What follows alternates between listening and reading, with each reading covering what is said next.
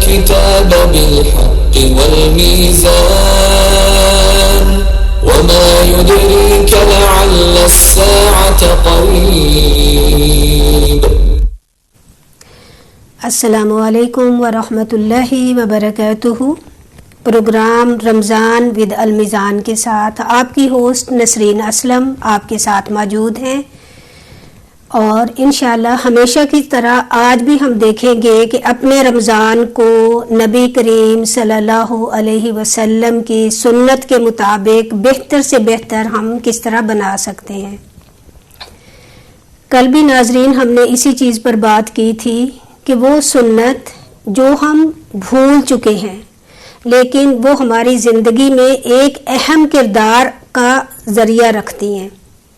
ہماری زندگی کو بہتر بنانے کے لیے آپ صلی اللہ علیہ وسلم کی سنت پر عمل کرنا بے انتہا ضروری ہے.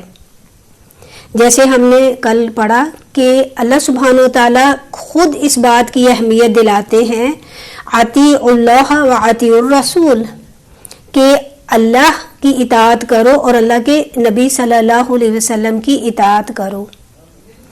اور آج بھی ہم دیکھیں گے کہ اپنی زندگی میں جن چیزوں کو ہم سمجھتے ہیں کہ چھوٹی سی سنت، اور کبھی بھی الفاظ میں چھوٹی سنت نہیں کہنا چاہیے، کیونکہ کوئی چیز بھی اللہ کے نبی صلی اللہ علیہ وسلم سے متعلق چھوٹی نہیں ہے. ہاں آسان سنت ہے اور کچھ تھوڑا سا مشکل سنتیں ہوتی ہیں. آسان کیا ہے؟ اپنے آپ کو بہتر بنانے کے لیے طریقہ رسول صلی اللہ علیہ وسلم پر چلنا بعض اوقات زندگی میں مشکل ہوتا ہے اور بعض اوقات آسان ہوتا ہے، اور وہ چیزیں جو عملی طور پر ہماری زندگی کا حصہ ہیں، مثلاً صبر کرنا ہے، مثلاً اپنے آپ کو غصے میں نہیں لانا ہے، یہ آسان چیزیں ہیں. اگر کوئی ڈاکٹر ہمیں ان چیزوں پر عمل کرنے کے لیے نا، بلڈ پریشر کے مریض کو ڈاکٹر کہتا ہے کہ تم نے زیادہ غصہ نہیں کرنا، تو اب دیکھیں وہ شخص جو مریض ہوتا ہے نا، وہ اس چیز کو کتنی احتیاط کے ساتھ کرتا ہے، کسی چیز پر بھی غصہ نہیں کرنا. لیکن نبی صلی اللہ علیہ وسلم کی سنت ہے کہ غصہ نہیں کرنا، غصہ شیطان کی طرف سے ہے، غصے سے کام بگڑ جاتا ہے، لیکن ہمیں اتنا اثر نہیں ہوتا کہ یہ سنت ہے. اچھا، جو زندگی میں اس دنیا کی زندگی کو بچانے کے لیے ہم اپنا خیال رکھتے ہیں نا، وہ صرف اس دنیا کی زندگی تک ہے، یعنی اس کا جو فائدہ ہے ہمیں اس کے بعد نظر نہیں آتا، لیکن جو سنت پر عمل کرنا ہے اس کا فائدہ اس دنیا کی زندگی میں بھی ہے اور اس کے بعد بھی ہے. یعنی دنیا کی زندگی میں یہ کہ لوگ ہم سے بات کرتے ہوئے خوش ہوتے ہیں، ایزی فیل کرتے ہیں، ان کو پتہ ہے کہ یہ بات سننے والوں میں سے ہے، یہ ہر بات پر مشتعل ہونے والوں میں سے نہیں ہے، یعنی غصہ کرنے والوں میں سے نہیں ہے. تو اس میں صرف اس زندگی کا فائدہ ہے، لیکن وہ فائدہ جو کہ ہم سنت سمجھتے ہوئے کرتے ہیں اس کا یہاں بھی اور آخرت میں بھی. آخرت میں یہ کہ ہم نے اس لیے ایسا کیا کہ اللہ سبحانہ و تعالیٰ نے اپنے نبی صلی اللہ علیہ وسلم کے طریقہ پر ہمیں عمل کرنے کا حکم دیا. سنتیں بھی آپ صلی اللہ علیہ وسلم کا عملی نمونہ اور اللہ کا حکم ہے، کیونکہ آپ صلی اللہ علیہ وسلم اپنی زندگی کا کوئی کام بھی اللہ کے حکم کے بغیر نہیں کرتے تھے. تو ناظرین آئیے آج دیکھتے ہیں، ہمارے ساتھ ہماری گیسٹ موجود ہیں. السلام علیکم ورحمۃ اللہ وبرکاتہ. وعلیکم السلام ورحمۃ اللہ وبرکاتہ. الحمدللہ رب العالمین. اللہ تعالیٰ کا احسان عظیم ہے کہ ایک بار پھر موقع دیا کہ ہم آپ کے ساتھ بیٹھ کے اپنے ناظرین سے مخاطب ہو سکیں. اور جس طرح آپ نے فرمایا کہ رسول کریم صلی اللہ علیہ وآلہ وسلم کی اتباع اور اطاعت، یہ تو اتنا وسیع ٹاپک ہے باجی. آپ کل بھی بات کر رہے تھے، ماشاءاللہ اس کو تو ہم بہت زیادہ اس پہ ڈسکشن ہو سکتی ہے، کیونکہ ہماری اپنی زندگی کا دار و مدار اسی پہ ہے. اللہ رب العزت نے قرآن پاک میں جو کچھ ہمیں بتایا، اپنے پیارے نبی صلی اللہ علیہ وآلہ وسلم نے وہ ہمیں کر کے دکھا دیا کہ کس طرح سے ہم نے اپنے قرآن کو فالو کرنا ہے، کیسے ان پہ عمل کرنا ہے.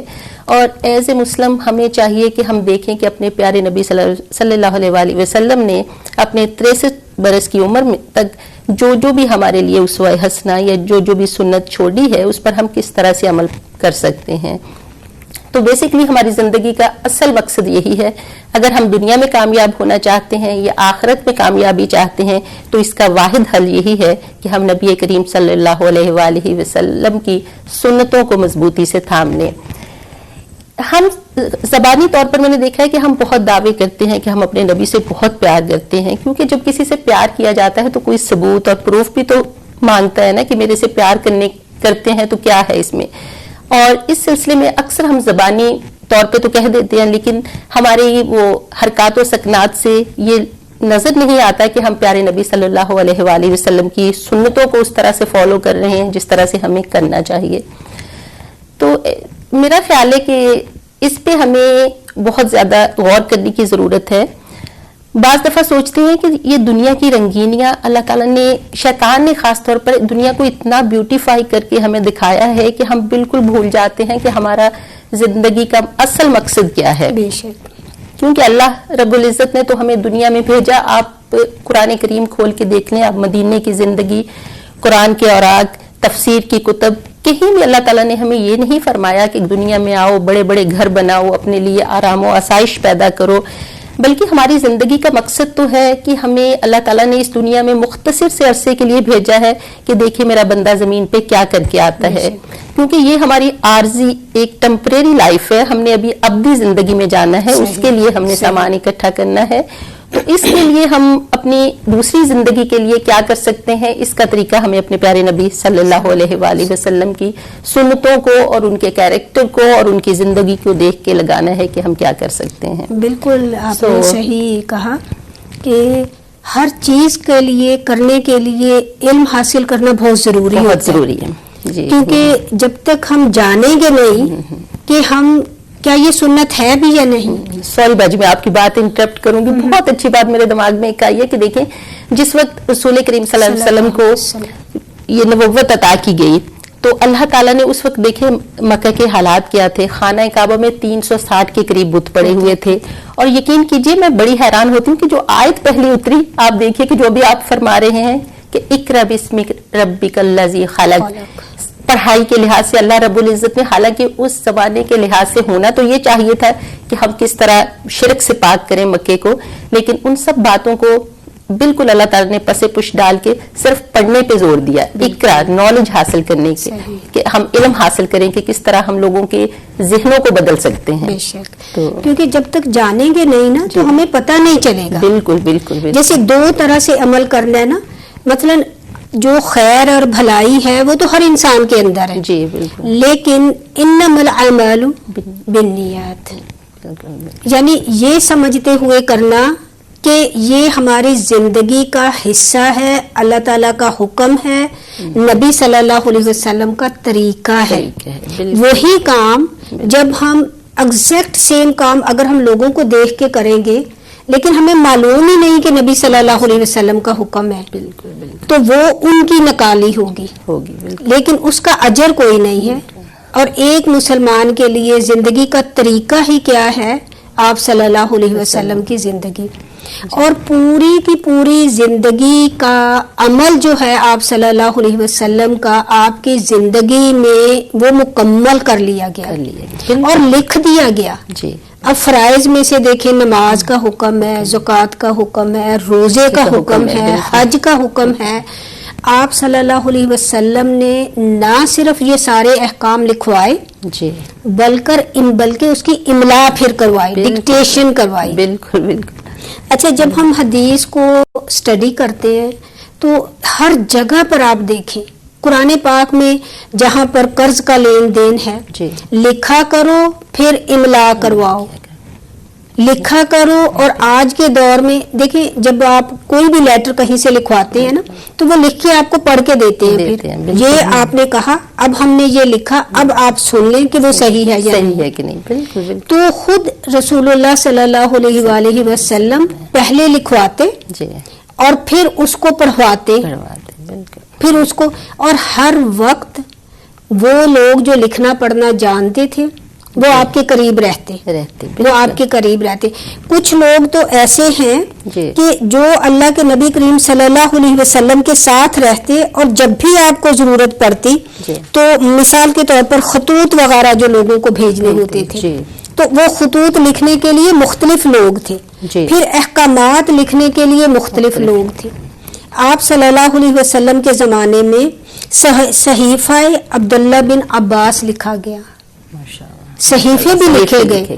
اچھا پھر ان سب کو نبی کریم صلی اللہ علیہ وسلم کی زندگی کے بعد حدیث کی صورت میں کمپائل کر دیا گیا.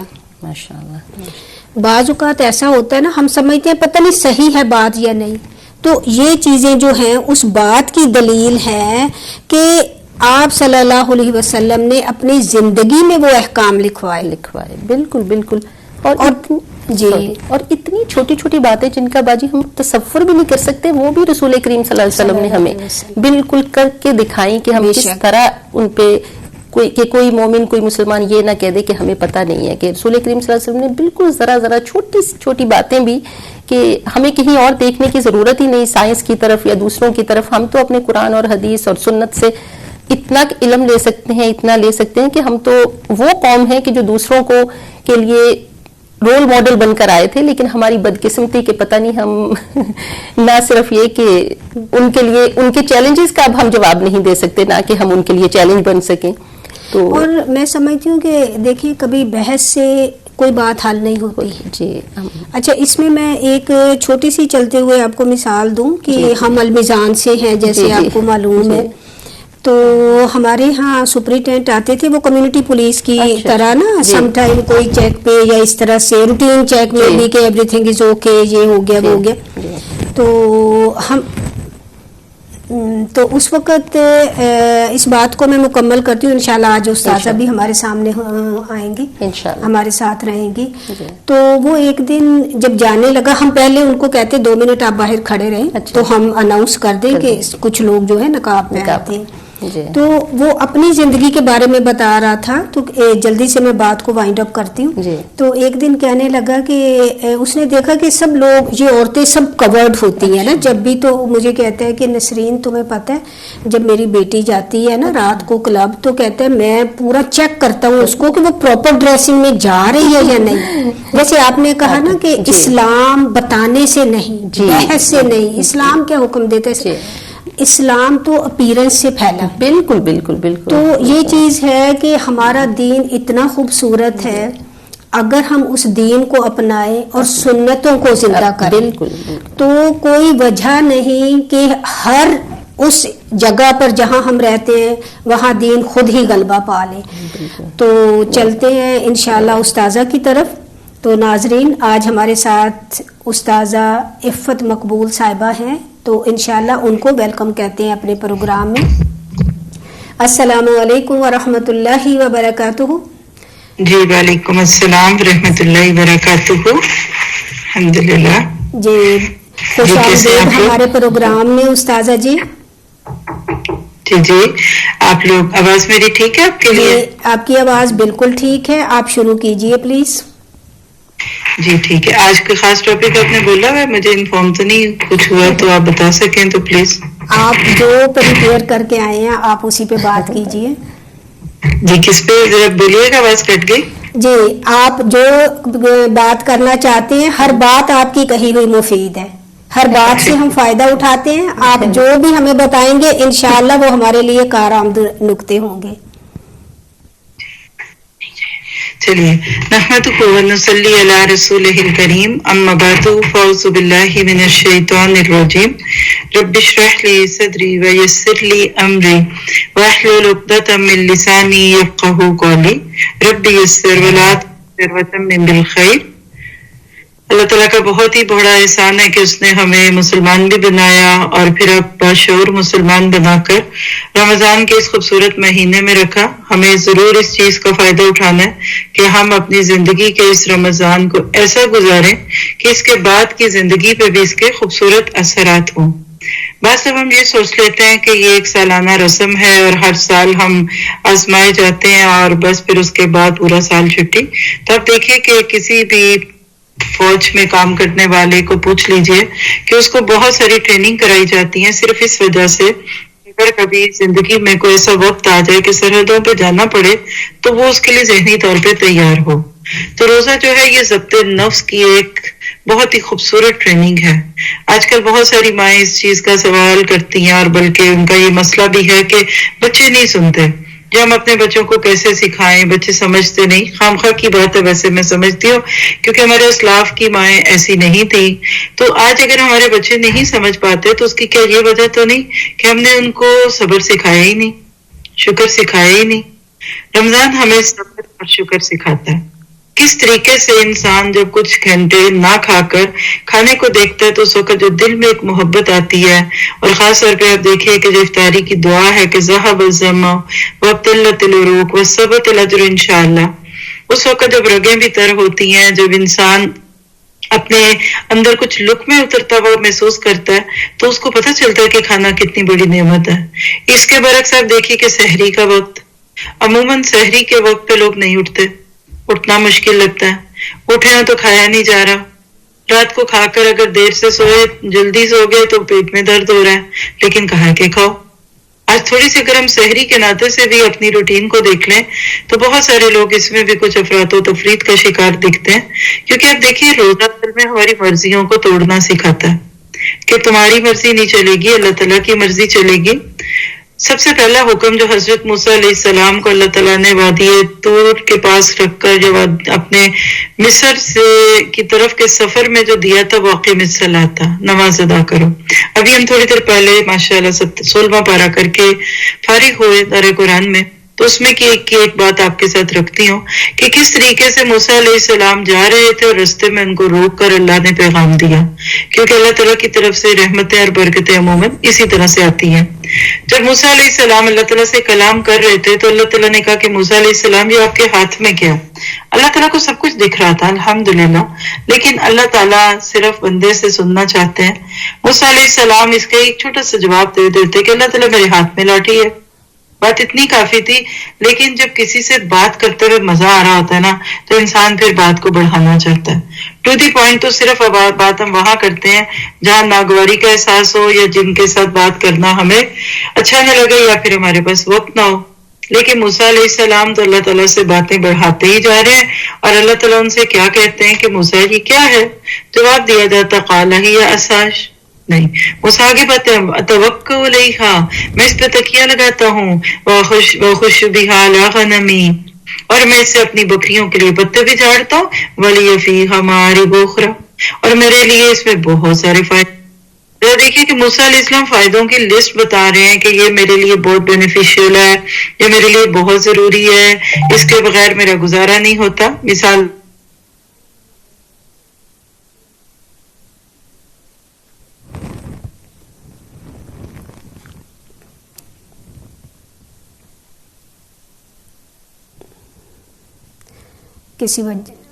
کسی وجہ سے آواز کٹ گئی تو انشاءاللہ ہم اپنے ٹاپک کو شروع رکھتے ہیں. شفقت, تو ہم بات کر رہے تھے سنت رسول صلی اللہ علیہ وآلہ وسلم کی.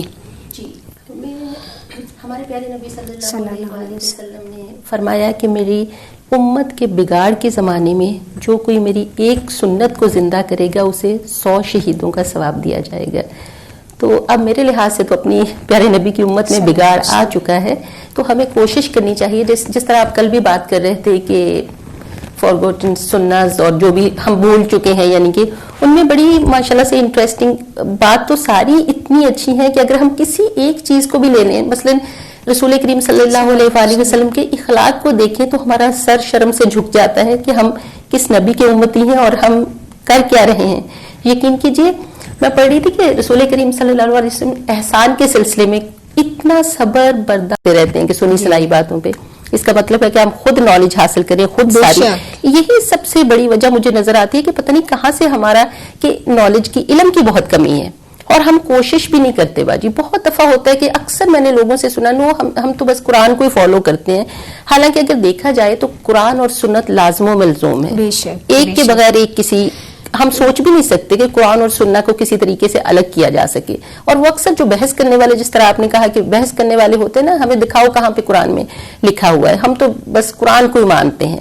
تو ایک طبقہ ایسا بھی اٹھا ہے جو صرف قرآن کو ہی مانتا ہے، حالانکہ حدیث کے منکر ہونا ایمان کی دلیل نہیں ہے. جی، کیونکہ قرآن تو بار بار کہتا ہے، اللہ تعالیٰ فرماتے ہیں نا اطیع اللہ و اطیع الرسول.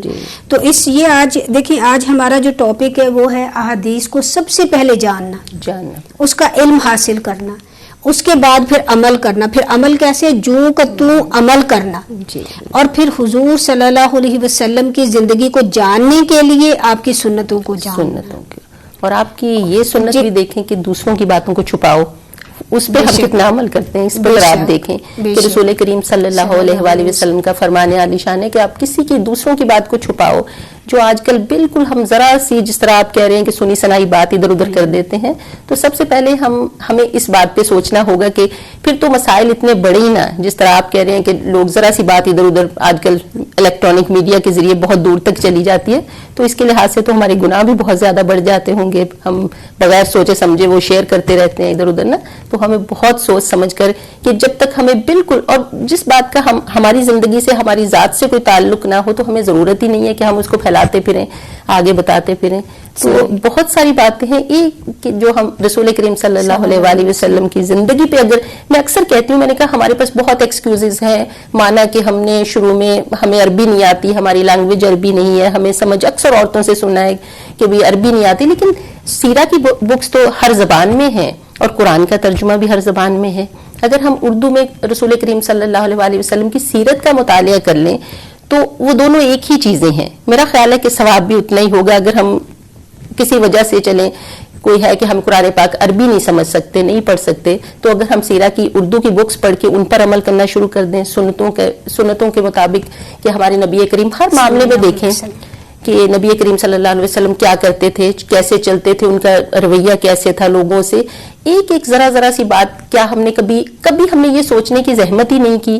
اور دوسری بات یہ ہے کہ ہمارا نفس امارہ، ہمارا شیطان جو ہمارے اندر بیٹھا ہوا ہے، وہ ہمیں اس طرف توجہ دلانے ہی نہیں دیتا کہ آپ لوگ کچھ غلط کر رہے ہو. تو ہم سمجھتے ہیں کہ ہمارے پاس بہت علم ہے، ہم جو کر رہے ہیں بس صحیح کر رہے ہیں. تو اس کے لیے بہت زیادہ ہمیں اپنا احتساب کرنے کی ضرورت ہے، ہمیں اپنے آپ کو دیکھنے کی، سمجھنے کی. جی سوری، مجھے آپ کو یہاں پہ روکنا پڑ رہا ہے کیونکہ ہمارے پروگرام کا وقت اب ختم ہونے والا ہے. تو ناظرین، آج ہم بات کر رہے تھے سنت. تو سنت میں آج ہم صرف آپ کو ایک پوائنٹ دے سکے، اور وہ یہ پوائنٹ ہے کہ سنت پر عمل کرنے سے پہلے سنتوں کے بارے میں جاننا بہت ضروری ہے. ایسا نہ ہو کہ لا علمی میں ہم سنی سنائی باتوں کو نبی کریم صلی اللہ علیہ وسلم کی سنت سمجھتے ہوئے کریں، جس سے نہ ہمیں کوئی اپنا فائدہ ہو بلکہ اس کا نقصان کیا ہو کہ ہم اس بات کو آگے پھیلا دیں سنت سمجھتے ہوئے، اور اس غلطی کے ذمہ دار ہم خود ہوں. تو آج کے پروگرام سے ہم یہی بات سیکھ پائے کہ سنت پر عمل کرنے کے لیے سنتوں کو جاننا بہت ضروری ہے. تو اب ہمارے پروگرام کا وقت ختم ہوا چاہتا ہے. ناظرین آپ سے اجازت چاہیں گے، انشاءاللہ پھر کل آپ سے ملاقات ہوگی. تب تک کے لیے اجازت دیجیے. اور رمضان ٹی وی آپ کا اپنا ٹی وی، اور بہت بہترین قسم کے پروگرام آج کل رمضان ٹی وی پہ آ رہے ہیں، اور ہر ٹاپک کے بارے میں آ رہے ہیں. بالکل ہر ٹاپک، اور بڑے بڑے علماء کرام الحمدللہ یہاں پر اپنے نالج سے لوگوں کو فائدہ دے رہے ہیں. تو ہمیں اس سے فائدہ اٹھانا چاہیے. تو اس کے ساتھ ہی ہم چلتے ہیں. السلام علیکم ورحمۃ اللہ وبرکاتہ.